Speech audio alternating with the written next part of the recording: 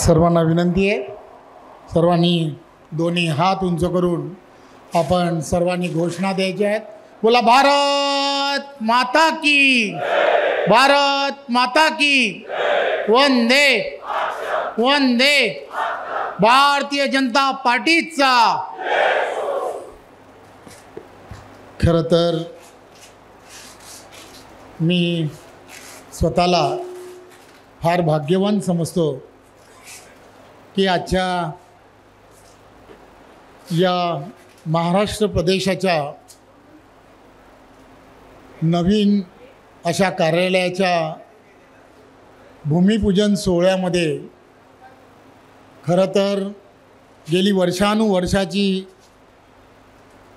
पक्षाची असणारी फार मोठी अशी मांदियाळी आहे आणि त्या मांदियाळीचा एक भाग म्हणून मलाही एक कार्यकर्ता म्हणून या पक्षाचं अध्यक्ष म्हणून मला जबाबदारी मिळाली आणि म्हणून आजचा हा दिवस आणि या दिवसाच्या निमित्ताने मला हा कार्यक्रम आणि या कार्यक्रमामध्ये विशेष लक्ष देता आलं. त्या कार्यक्रमासाठी विशेष करून उपस्थित आपले सर्वांचे नेते आदरणीय अमितभाई, महाराष्ट्र राज्याचे लोकप्रिय असे मुख्यमंत्री आदरणीय आपले सर्वांचे नेते देवेंद्रजी, त्याचबरोबर व्यासपीठावरील सर्व जुने सर्व अध्यक्ष, सर्व मंत्रिमंडळातील सर्व सहकारी, सर्व भारतीय जनता पार्टीचे नेते मंडळी आणि माझ्यासमोर उपस्थित सर्व या कार्यक्रमाच्या निमित्ताने ज्यांना या कार्यक्रमाचं विशेष असं आमंत्रण दिलं गेलं असे आपण सर्व भारतीय जनता पार्टीचे सर्व विश्वस्त ज्याला म्हणतात असे आपण सर्वजण आणि मोठ्या संख्येने उपस्थित पत्रकार बंधू भगिनी, खरं तर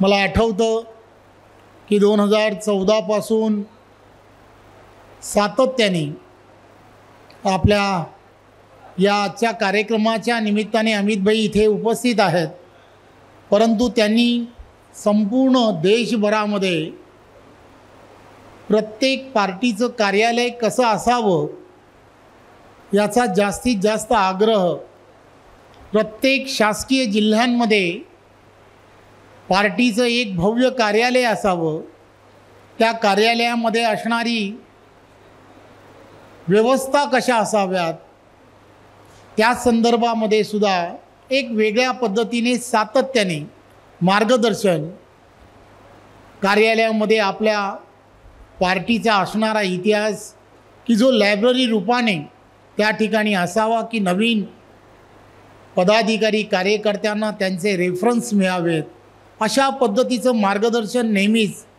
अमितभाई हे वारंवार जेव्हा जेव्हा संघटनात्मक बैठकांसाठी महाराष्ट्रात आले तेव्हा तेव्हा सातत्याने करत राहिले. आणि आज भारतीय जनता पार्टीचं वर्षानुवर्ष 90च्या दशकामध्ये नरिमन पॉईंटच्या इथे असणारं आपलं कार्यालय, धरमसिंगजी असतील, गडकरी साहेब असतील, त्यावेळीच्या काळामध्ये मुंडे साहेब असतील, रघुनाथजी असतील, ही सर्व मंडळी त्यावेळीची असणाऱ्या ह्या सगळ्यांनी त्या ठिकाणी सुरू केलेलं त्यावेळेचं ते कार्यालय आज पक्षाचा होत असलेला विस्तार लक्षात घेत असता पक्षाला एक चांगलं मुंबईमध्ये मोठं कार्यालय असावं असं स्वप्न भारतीय जनता पार्टीचा प्रत्येक कार्यकर्ता हा वर्षानुवर्ष पाहत होता आहे. परंतु मुंबई आणि या भागांमध्ये अशा मोठ्या कार्यालयासाठी जागा उपलब्ध होणं तेवढं शक्य नव्हतं आणि म्हणून अनेक प्रयत्न करूनसुद्धा काही ना काहीतरी कारणांसाठी का होईना कुठेतरी अपयश येत होतं. परंतु सातत्य ज्याला म्हणतात आपले नेते आदरणीय देवेंद्रजींचं करावं तेवढं कौतुक कमी आहे. कारण मी आठवतं की ते त्यावेळेला जेव्हा मुख्यमंत्री होते तेव्हापासून आजपर्यंत सातत्याने याचा पाठपुरावा करत करत करत करत आज या कार्यालयाच्या निर्माणासाठी आजचा तो दिवस उजाडला. खरं तर आम्हा सर्वांसाठी ही अत्यंत आनंदाची बातमी आहे की आपण सर्वजण येणाऱ्या लवकरच नवीन वास्तूमध्ये जाणार आहोत. परंतु मी आज या व्यासपीठावरून आपणा सर्वांना आणि विशेष करून अमितभाई ज्यांनी सातत्याने ह्या गोष्टीचा विचार केला की प्रत्येक शासकीय जिल्ह्यांमध्ये पार्टीचं भव्य असं कार्यालय असलं पाहिजे, देवेंद्रजींच्या नेतृत्वामध्ये आम्ही सर्वांनी प्रयत्न करू. त्या ठिकाणचे असणारे सर्व नेते मंडळी असतील, प्रत्येकाने त्याच्यामध्ये दिलेलं योगदान असेल. आज सर्व जिल्ह्यांमध्ये शासकीय जागा किंवा शासकीय कार्यालय जिल्हे ज्या ठिकाणी आहेत त्या ठिकाणी भारतीय जनता पार्टीचं कार्यालय हे आता येणाऱ्या 1 ते 1.5 वर्षामध्ये सर्व ठिकाणी पूर्ण होईल अशी परिस्थिती आता निर्माण झाली. बरीच कार्यालय 2-3 कार्यालय, मग संभाजीनगरचं कार्यालय असेल किंवा विशेष करून की ज्या रत्नागिरी सिंधुदुर्ग या ठिकाणची कार्यालय तर 2 महिन्यामध्ये या सगळ्या कार्यालयांच्या उद्घाटनसुद्धा आपल्याला करता येऊ शकतं अशी परिस्थिती आहे. त्यामुळे एक पूर्ण यंत्रणा, एक पूर्ण कमिटी यामध्ये सातत्याने काम करते. सावजी असेल, त्यांच्याबरोबरचे असणारे सर्व प्रमुख कार्यकर्ते पदाधिकारी की यांनी त्या ठिकाणी जाऊन या सगळ्या लिगॅलिटी सगळ्या तपासून आपलं पार्टीचं कार्यालय, आपली वास्तू ही कशी असावी, कशा पद्धतीने असावी याचा पूर्णपणे ज्याला म्हणतात की वेळ देणं ज्याला म्हणतात असा वेळ देणारी ही सर्व मंडळी की ज्यांनी यामध्ये दिलेलं योगदान हे सर्वात मोठं आहे. आज विशेष करून प्रकाश मेहताजी असतील, मनोज कोटकजी असतील की ज्यांनी या कार्यालयामध्ये किंवा कार्यालयाच्या या कामामध्ये विशेष लक्ष घातलं, त्यांचंही मी आपणा सर्वांच्या वतीने खूप खूप आभार मानतो. आणि आपण सर्वजण त्या कार्यक्रमाचे आपण सर्वजण साक्षीदार झालात त्याबद्दल आपणा सर्वांचं सुद्धा मनपूर्वक धन्यवाद देतो. जय हिंद, जय महाराष्ट्र.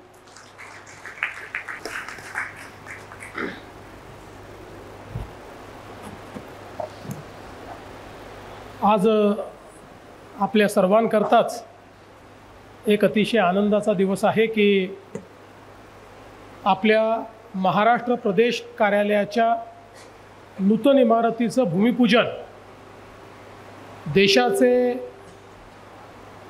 गृहमंत्री आणि ज्यांच्या कणखर नेतृत्वामध्ये भारतीय जनता पार्टी आणि आपला देश हा सातत्याने प्रगती करतो आहे असे माननीय अमितभाई शहाजी, आपले अध्यक्ष रवी चव्हाणजी, मुंबईचे अध्यक्ष अमित साटमजी, सन्माननीय चंद्रकांत दादा पाटील, चंद्रशेखरजी बावनकुळे, आशिषजी सेलार, पंकजाताई मुंडे, रावसाहेब पाटील दानवे, राहुलजी नार्वेकर, नारायणरावजी राणे, रामभाऊ शिंदे, मुरलीधरजी मोहोळ, राधाकृष्ण विखे पाटीलजी, गिरीश महाजनजी, अतुल सावेजी, मंगलप्रभात लोढाजी, जयकुमार गोरेजी, आकाश फुंडकरजी, अशोक उईकेजी, राजेश पांडेजी, माधवीताई नाईक, प्रवीण दरेकरजी, विक्रांत पाटीलजी, संजय सावकारेजी, ॲडव्होकेट उज्ज्वल निकमजी, मनोज कोटकजी, या ठिकाणी समोर बसलेले देखील सर्व भारतीय जनता पक्षाचे सन्माननीय पदाधिकारी कार्यकर्ते, अनेक आपले जुने कार्यकर्ते देखील या ठिकाणी उपस्थित आहेत. आपल्या सर्वांचं मी अतिशय मनापासनं आजच्या या कार्यक्रमामध्ये स्वागत करतो. आत्ताच अध्यक्षांनी सांगितलं की ज्यावेळी माननीय आपले नेते नरेंद्रभाई मोदीजी यांच्या नेतृत्वात देशामध्ये आपलं सरकार आलं आणि त्यानंतर भारतीय जनता पक्षाची धुरा राष्ट्रीय अध्यक्ष म्हणून माननीय अमितभाई शहांनी घेतली, त्यावेळी आपल्या पक्षाने निर्णय केला की प्रत्येक जिल्ह्यामध्ये पक्षाचं एक कार्यालय असलं पाहिजे. खरं म्हणजे प्रत्येक व्यक्तीला असं वाटतं की माझं स्वतःचं घर असावं, आणि ते साहजिक देखील आहे. पण जसं व्यक्तीचं घर महत्त्वाचं आहे, तसं कार्यालय हे पक्षाचं आणि कार्यकर्त्यांचं घर आहे. आणि म्हणून पक्षाचं आणि कार्यकर्त्यांचं घर देखील हे प्रत्येक जिल्ह्यात असलं पाहिजे, ते योग्य प्रकारचं झालं पाहिजे. त्या ठिकाणून जनसामान्यांना न्याय मिळाला पाहिजे, त्या ठिकाणून कार्यकर्ताही प्रशिक्षित झाला पाहिजे. अशा पद्धतीचा विचार करून संपूर्ण भारतामध्ये कार्यालय निर्माणाचं काम सुरू झालं.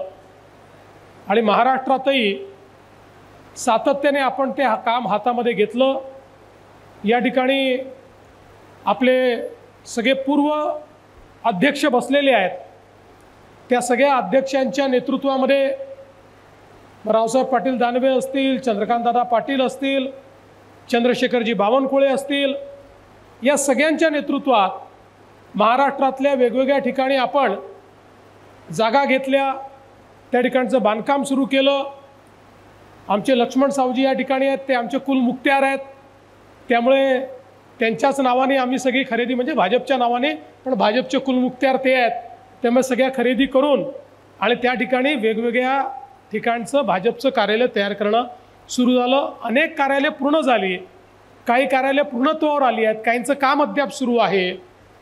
पण हे सगळं होत असताना एका गोष्टीची खंत आम्हाला नेहमीच होती की जिल्ह्याची कार्यालय मोठी होत आहेत. जेव्हा प्रमोदजी होते त्या काळामध्ये मुंबईचं देखील कार्यालय जे आपलं दादरमध्ये आहे, अतिशय चांगलं भव्य कार्यालय, हे मुंबईने त्या काळामध्ये तयार केलं. पण दुर्दैवाने प्रदेशाचं कार्यालय मात्र हे सर्वात लहान कार्यालय होतं. कारण जी काही जागा उपलब्ध होती त्या जागेमध्ये त्या काळामध्ये प्रमोदजी, गोपीनाथजी सगळ्यांनी मिळून ते कार्यालय तयार केलं होतं. आणि म्हणून अनेक अडचणी त्या कार्यालयामध्ये असताना देखील त्या कार्यालयातनं भारतीय जनता पक्षाचा कारभार आपण चालवत होतो.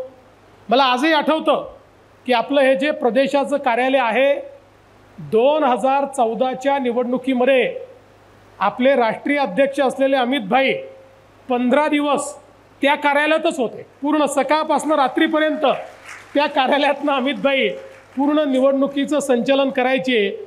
आणि मुंबईचा आवडता वडापाव हा त्या ठिकाणी बसून खायचे आणि त्याच्यावरच पूर्ण इलेक्शन हे अमित भाईंनी काढलं होतं. पण आमची सगळ्यांची इच्छा होती की मुंबईमध्ये आपल्या प्रदेशालाही एक चांगलं कार्यालय मिळालं पाहिजे. आणि त्याकरता आपल्या जागा सातत्याने आम्ही शोधत होतो, खूप ठिकाणी जागा बघत होतो.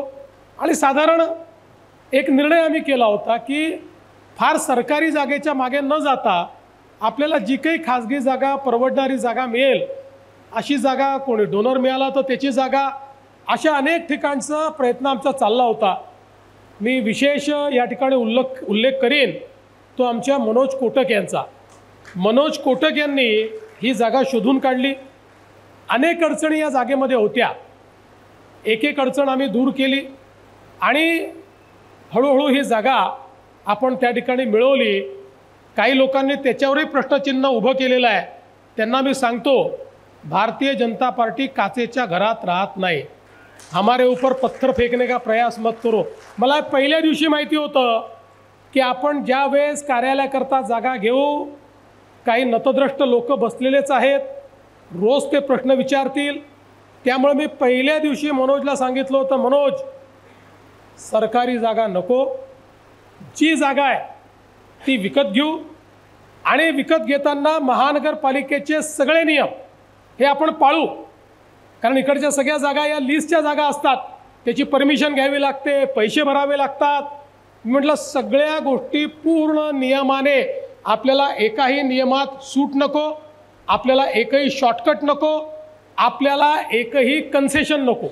जे काही एखाद्या सामान्य माणसानी किंवा एखाद्या बिल्डरने देखील जर एखादा प्लॉट घेतला तर त्याला जे जे करावं लागेल ते सगळं भारतीय जनता पार्टी या ठिकाणी करेल. आणि आम्ही नीट सगळ्या परवानग्या घेत, सगळ्या प्रकारचे पब्लिक नोटिफिकेशन असेल, नोटिसेस पाठवणं असेल, जे जे करावं लागतं ही प्रत्येक गोष्ट करून भारतीय जनता पक्षाने स्वतःचे पैसे खर्च करून ही जागा विकत घेतलेली जागा आहे। त्यामुळे ज्या लोकांना जागा बळकवण्याची सवय आहे त्यांनी आम्हाला प्रश्न विचारू नये हे अतिशय स्पष्टपणे या ठिकाणी सांगतो। आणि आज मला आनंद आहे की याच्यावर हाफिज कॉन्ट्रॅक्टर यांच्यासारखा एक मुंबईतले जे अगदी आंतरराष्ट्रीय दर्जाचे प्रथित यश अशा प्रकारचे आर्किटेक्ट आहेत त्यांना आम्ही विनंती केली की आम्हाला एक चांगली इमारत या ठिकाणी तयार करायची आहे आणि इमारत करताना हा काही ही कुठल्या बिल्डरची इमारत नाही आहे किंवा ही कमर्शियल इमारत नाही आहे, ही अशी इमारत आम्हाला हवी आहे की सामान्यातल्या सामान्य माणसाला या ठिकाणी येण्याची इच्छा व्हावी, राज्यभरातल्या आमच्या कार्यकर्त्यांना ते आपलं हक्काचं घर वाटावं आणि सर्व प्रकारच्या फंक्शनल अशा प्रकारच्या गोष्टी आम्हाला या कार्यालयातनं करता याव्यात या दृष्टीनं याचं डिझाईन तुम्ही तयार करा। मनोजनी स्वतः त्याच्यामध्ये चांगलं लक्ष घातलं, रवी चव्हाणांनी त्याच्यामध्ये लक्ष घातलं, सातत्याने या दोघांनी प्रयत्न करून एक अतिशय चांगलं डिझाईन त्याचं मान्य केलं। मला देखील त्यांनी दाखवलं, पण मी त्यांना सांगितलं की मला यातलं काही फारसं समजत नाही, त्यामुळे तुम्ही जे केलं ते मला मान्य आहे, कारण उद्या काही चुकलं तर त्यांच्या डोक्यावरच मारता येतं आपल्याला। त्यामुळे एक चांगलं अतिशय छान डिझाईन याचं हे आता तयार झालेलं आहे, त्याचं बांधकाम करून आमचा प्रयत्न आहे की पुढच्या 2 ते 2.5 वर्षामध्ये हे कार्यालय या ठिकाणी पूर्ण आपल्याला कार्यान्वित व्हावं या पद्धतीतनं आपल्याला न्यायचं आहे। कुठलाही बडेजाव याच्यामध्ये नाही आहे, तर चांगलं कमीत कमी मेंटेनन्सचं पण चांगल्यातल्या चांगल्या फंक्शनॅलिटीचं कार्यालय या ठिकाणी आपण तयार करतो। आम्ही आवश्यकतेपेक्षा जास्त पार्किंग ठेवलेलं आहे। आम्ही हेही सांगितलं हाफिज कॉन्ट्रॅक्टर यांना की जे काही कॉर्पोरेशनचे नियम असतील त्यापेक्षा जास्त पार्किंग आम्हाला हवं आहे, आमच्या गाड्या बाहेर राहणार नाही, आम्ही कुठला नियम तोडणार नाही, त्यामुळे चांगलं पार्किंगची व्यवस्था त्याच्यामध्ये केली आहे, सगळ्या प्रकारच्या नियमांचं पालन करून।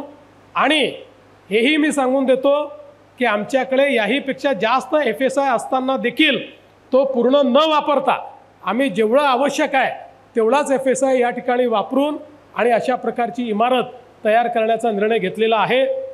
मला या गोष्टीचा विशेष आनंद आहे की ज्यांच्या नेतृत्वामध्ये या संपूर्ण भारतामध्ये भारतीय जनता पक्षाने आपलं स्वतःचं कार्यालय करायचा निर्धार केला ते अमितभाई शहा हे आज याचं भूमिपूजन करतायत। आम्ही त्यांना विनंती केली आणि अमितभाईंनी 1 मिनिटात आम्हाला होकार दिला आणि त्यांनी सांगितलं की मी निश्चितपणे या भूमिपूजनाकरता येईल आणि आज ते आले। खरं म्हणजे मी असं म्हणेन की हे जे कार्यालय आहे हे आपल्या सगळ्यांच्या स्वप्नातलं कार्यालय आहे आणि मंचासमोरच्या आणि मंचावरच्या सगळ्या लोकांचा सामूहिक प्रयत्न आहे की ज्या प्रयत्नातनं आज हे कार्यालय आपण साकारतो आहोत। अर्थातच आता हे बांधकाम करत असताना तुम्हाला कोणालाही आम्ही सोडणार नाही आहे, तुम्हाला सगळ्यांना या कार्यालयाकरता जो काही समर्पण निधी आहे तो सगळ्यांना द्यायचाच आहे, तो जमाही आपल्याला करायचा आहे। त्याच्यामुळे आपापल्या परीनं आपल्याला जे योग्य वाटतं तो समर्पण निधी जास्तीत जास्त हा सगळ्या कार्यकर्त्यांनी या कार्यालयाच्या बांधकामाकरता द्यावा अशा प्रकारचं आव्हान आपल्याला करतो। आणि पुन्हा एकदा माननीय अमितभाईंचं अतिशय मनापासनं या ठिकाणी स्वागत करतो, त्यांचे आभार मानतो। आपल्या सगळ्या आपले अध्यक्ष, आपले पूर्व अध्यक्ष, आपले मुंबईचे अध्यक्ष, पूर्व अध्यक्ष, सर्व आमचे मंत्रिमंडळातले सहकारी, सगळे आपले नेते, या सगळ्यांचे अतिशय मनापासनं या ठिकाणी आभार मानतो आणि माझं बोलणं संपवतो। धन्यवाद। जय हिंद, जय महाराष्ट्र।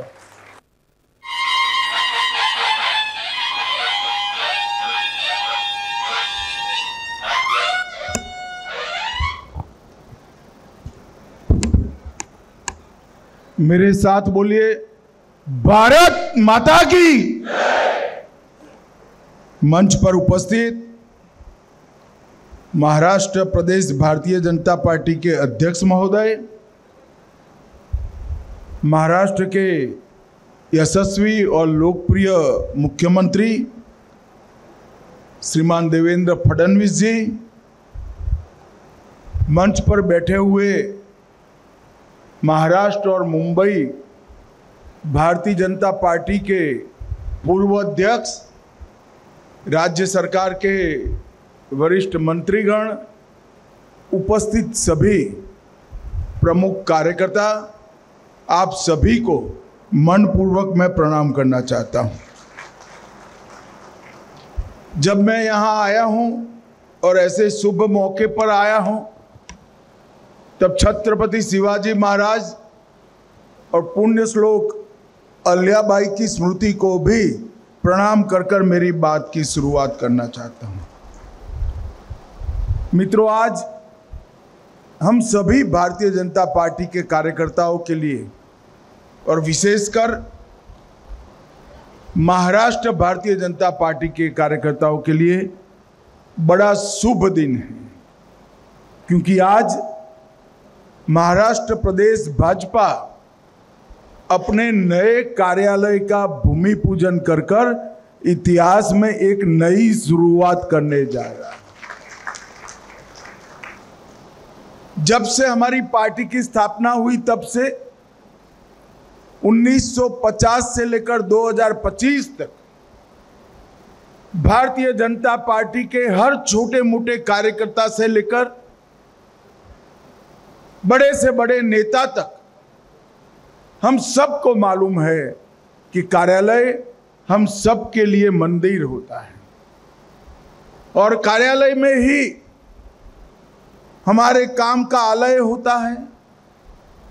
कार्यालय में ही हमारे पार्टी के सिद्धांत संरक्षित और संवर्धित होते हैं। कार्यालय में ही एक शुभेच्छक को कार्यकर्ता बनने की कॉलेज चलती है। कार्यालय में ही हमारे कार्यकर्ता का प्रैक्टिकल प्रशिक्षण होता है। बाकी सारे पार्टियों के लिए कार्यालय एक ऑफिस हो सकता है, परंतु भारतीय जनता पार्टी के कार्यकर्ताओं के लिए कार्यालय मंदिर से जरा भी कम नहीं। हमने हमेशा, जब से जनसंघ की स्थापना हुई तब से लेकर आज तक, संगठन के आधार पर राजनीतिक पार्टी चलाने के विचार को स्वीकार किया। हमने हमेशा सिद्धांत के आधार पर हमारी नीतियों को गढ़ा है, और हमने हमेशा भारत और भारत के लोगों के हित के लिए कड़े से कड़े संघर्ष भी किए। ये तीनों उद्देश्य परिपूर्ति जहां पर होती है, उसका नाम है भारतीय जनता पार्टी का कार्यालय। और मैं प्रदेश अध्यक्ष जी, देवेंद्र जी, सभी पूर्व अध्यक्ष और महाराष्ट्र भर के सभी कार्यकर्ताओं को मनपूर्वक साधुवाद देना चाहता हूं, क्योंकि अब महाराष्ट्र में बीजेपी पार्टी, भाजपा, ये किसी बैसाखी के आधार पर नहीं चलती, अपने बूते पर खड़ी।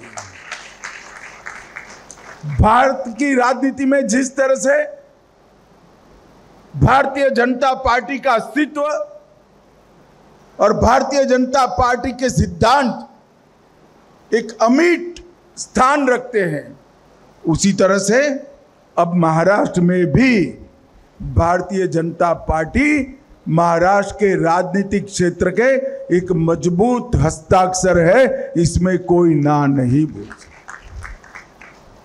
और ऐसी पार्टी के प्रदेश कार्यालय का निर्माण लगभग मैं तो बिल्डिंग देखकर अध्यक्ष जी को अभिनंदन देना चाहता हूं। 55,000 स्क्वायर फुट का एक कार्यालय, जिसमें लाइब्रेरी भी है, 6 मीटिंग रूम भी है, कॉन्फ्रेंस रूम भी है, 400 सीट का ऑडिटोरियम भी है, और सबसे विशेष प्रदेश अध्यक्ष का ऑफिस तो है ही है, मुख्यमंत्री का भी ऑफिस बनाया है, जो हमेशा मुख्यमंत्री जी को याद कराएगा कि महाराष्ट्र का मुख्यमंत्री एक कार्यालय से ही चुनकर महाराष्ट्र शासन की धुरा संभालता है। Multi level basement parking, medical centre, reception, waiting lounge, और मेरे जैसे कार्यकर्ताओं के रहने के लिए मैंने देवेंद्र जी को कहा है 3-4 कमरे भी जरूर बनाना भैया, जिससे हमारे कार्यकर्ता कार्यालय में रह पाए।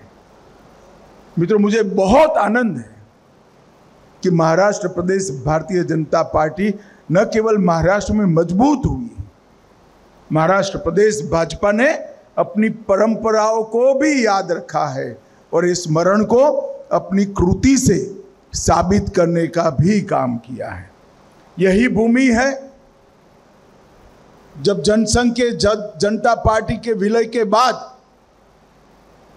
भारतीय जनता पार्टी बनी 1980 में, तब अटल जी ने कहा था अंधेरा छटेगा, कमल खिलेगा। और मित्रों, आज देखिए वो 1980 से 96 में ही हम हमारे प्रधानमंत्री अटल जी को प्रधानमंत्री बनते हुए देखे और 11 साल से लगातार 3 बार चुनकर नरेंद्र मोदी जी भारत के प्रधानमंत्री बने। एक प्रकार से करीब करीब 18 साल तक भारत का नेतृत्व भारतीय जनता पार्टी के कार्यकर्ताओं ने किया है। भारत का प्रधानमंत्री भारतीय जनता पार्टी का नेता बना है। ये हम सब के लिए बड़े गौरव की बात है। मगर इस क्षण पर मैं जनसंघ के लेकर आज तक जो इन कार्यकर्ताओं ने एक कठिन पथ को पार करने का काम किया, जिन नेताओं ने जबरदस्त अभाव के बीच में काम कर कर पार्टी की मजबूत नींव डालने का काम किया, पार्टी के विचारों के वटवृक्ष के बीज को बोने का काम किया और बीज से लेकर वटवृक्ष तक वो पौधा खड़ा हो जाए, बड़ा वटवृक्ष बने, तब तक अपने पसीने से सींचने का काम किया। वो सभी कार्यकर्ता नेताओं को हम सब की ओर से मैं मनपूर्वक प्रणाम करना चाहता हूं। मित्रों, भारतीय जनता पार्टी, मुझे भी पार्टी का अध्यक्ष बनने का मौका मिला है। आज मीडिया के लोग यहां बैठे हैं, मैं उनको बताना चाहता हूं कि भारत में एकमात्र राजनीतिक दल ऐसा है जिसका नाम भारतीय जनता पार्टी है, जहां बूथ का अध्यक्ष पार्टी का राष्ट्रीय अध्यक्ष बन सकता है। और मैं उसका उदाहरण, 1981 में मेरी भारतीय जनता पार्टी की यात्रा एक बूथ के अध्यक्ष से हुई थी और ये पार्टी ने मुझे ये महान पार्टी का राष्ट्रीय अध्यक्ष बनने का मौका दिया था। यही बताता है कि हमारी पार्टी परिवारवाद के आधार पर नहीं चलती, हमारी पार्टी लोकतांत्रिक मूल्यों के आधार पर जो परिश्रम करता है, पार्टी के सिद्धांतों पर आगे बढ़ता है, जिसके अंदर परफॉर्मेंस करने की ताकत है, वो ही इस पार्टी में बड़ा नेता बन सकता है मित्रों। और हमने ये सिद्ध कर रख दिया कि परिवारवादी पार्टियों की पॉलिटिक्स इस देश में नहीं चलेगी। पॉलिटिक्स ऑफ परफॉर्मेंस ही देश का नेतृत्व आगे संभालेंगे। और मोदी जी इसका उत्कृष्ट उदाहरण है।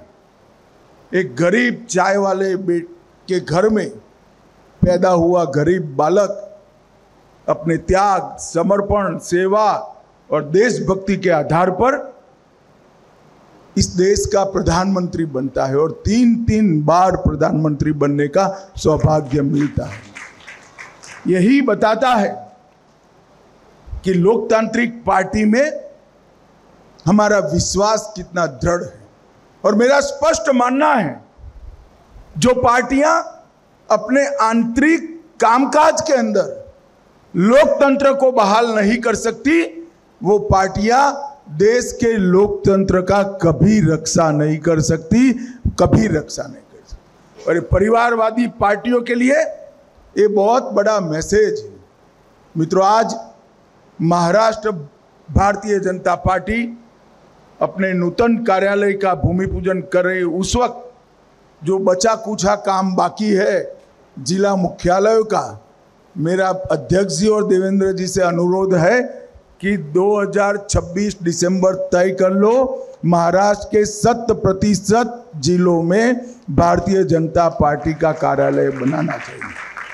लगभग 660 संगठनात्मक जिले, मैं नॉर्थ ईस्ट के छोटे जिलों को बात कर कहता हूं, इसमें से 397 जिलों में हमारा कार्यालय हो चुका है और 90 में काम चालू है। तो लगभग देश भी 100% की दिशा में आगे बढ़ रहा है। मित्रों, यही पार्टी श्यामा प्रसाद मुखर्जी, दीनदयाल उपाध्याय जी और अनेक ऐसे बड़े वरिष्ठ नेता जिन्होंने जीवन का क्षण क्षण और शरीर का कण कण पार्टी के सिद्धांत और भारत माता की सेवाओं में लगाया, इन्हीं के पुण्य का फल है कि आज पंचायत से लेकर पार्लियामेंट तक भारतीय जनता पार्टी पूरे देश में फैली। देवेंद्र जी ने 2015 के चुनाव की याद दिलाई। मैं पार्टी का अध्यक्ष बना था और चुनाव आया था। हमने सम्मानपूर्वक समझौते की बात करी, मगर हुआ नहीं, समझौता टूटा। हम बहुत लंबे समय के बाद स्वतंत्र रूप से लड़े और महाराष्ट्र को पहला भारतीय जनता पार्टी का मुख्यमंत्री मिला और फिर लगातार 3 बार हम देवेंद्र जी के नेतृत्व में एनडीए महाराष्ट्र के अंदर विजयी हुआ है और देवेंद्र जी आज फिर से एक बार मुख्यमंत्री बनकर हमारे सामने। मित्रों, महाराष्ट्र में भी डबल इंजन सरकार हो गई है। आप सभी को उससे संतोष होगा, मगर मुझे इससे संतोष नहीं है। डबल इंजन सरकार नहीं चाहिए, ट्रिपल इंजन सरकार चाहिए। तहसील पंचायत, जिला पंचायत, म्युनिसिपैलिटी और म्युनिसिपल कॉरपोरेशन मैं भारतीय जनता पार्टी के कार्यकर्ताओं का आह्वान करना चाहता हूं कि इतने दमखम के साथ लड़िए कि विरोधियों का सुपड़ा साफ हो जाए, दूरबीन लेकर कहीं पर वो दिखाई न पड़े।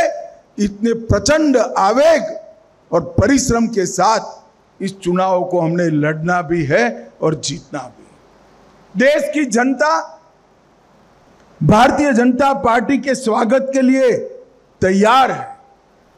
यही बताता है, यही महाराष्ट्र में हम 2014 में 4थे नंबर की पार्टी हुआ करते थे और आज महाराष्ट्र में हम पहले नंबर की पार्टी बनकर हो गए। और ये स्थिति देश भर की, क्योंकि हम जब सत्ता में आए, पूर्ण बहुमत के साथ हमारी सरकार बनी।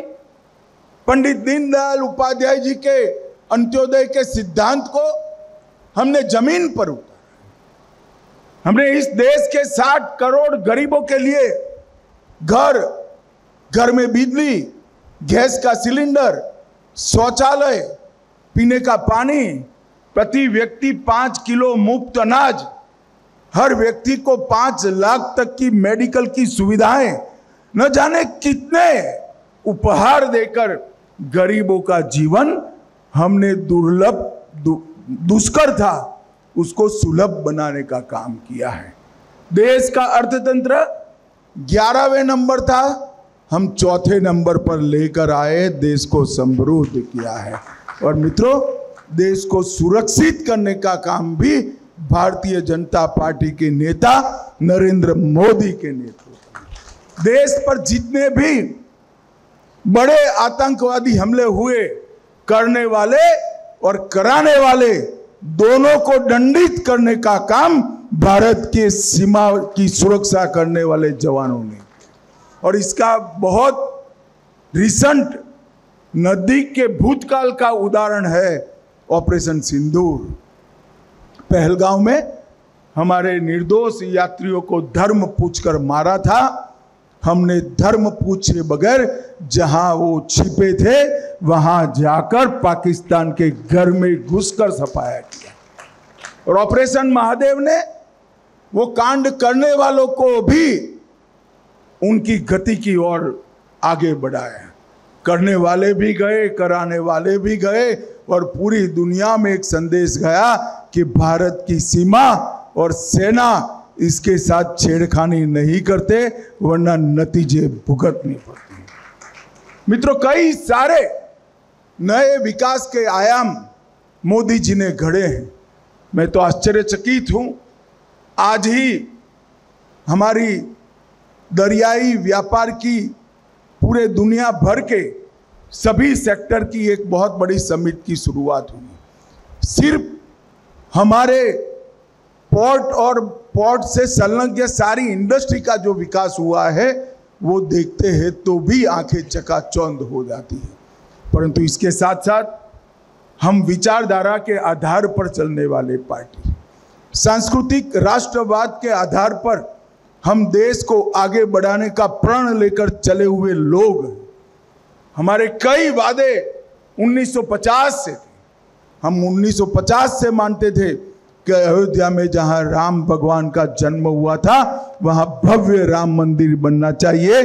और मित्रों, वो काम भी नरेंद्र मोदी सरकार ने 2019 में पूरा किया। हम मानते थे कि धारा 370 देश की एकता और अखंडता के खिलाफ एक चैलेंज है।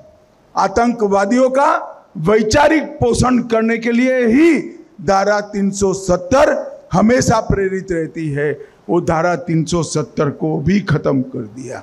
मित्रों, सीए भी लाए, ट्रिपल तलाक भी समाप्त हो गया और कुछ राज्यों ने कॉमन सिविल कोड की शुरुआत भी कर रही है। हमारे सारे वैचारिक मुद्दे मोदी जी के नेतृत्व में इस 11 साल में हमें समाप्त करें।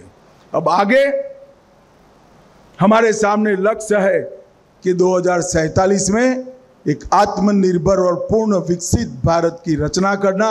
ऐसा भारत जो आजादी की जब शताब्दी मनाई जाए तब पूरे विश्व के अंदर हर क्षेत्र में भारत सर्वप्रथम हो, ऐसा भारत का निर्माण करने के लिए आगे बढ़ना है।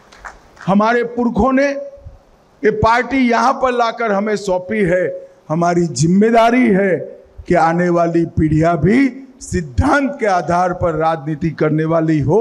इसकी निर्मिति करने की, वो पीढ़ियों की निर्मिति करने की जिम्मेदारी हमारी है। और मैं मानता हूँ आज जिस कार्यालय का भूमि पूजन हुआ है वो महाराष्ट्र प्रदेश भारतीय जनता पार्टी का नया कार्यालय आने वाली पीढ़ियों तक, आने वाली कई पीढ़ियों तक, देश की आज़ादी की शताब्दी तक ऐसे ही देव दुर्लभ कार्यकर्ताओं का सृजन करती रहेगी। इसका मुझे विश्वास है। मंच पर बैठे हुए पूरा नेतृत्व और हमारे सामने बैठे हुए प्रतीकात्मक रूप से बैठे हुए लाखों कार्यकर्ताओं के प्रतिनिधि को मनपूर्वक मैं बधाई देता हूं, अभिनंदन देना चाहता हूं और आप सभी को प्रणाम कर मेरी वाणी को विराम देता हूं। वंदे मातरम।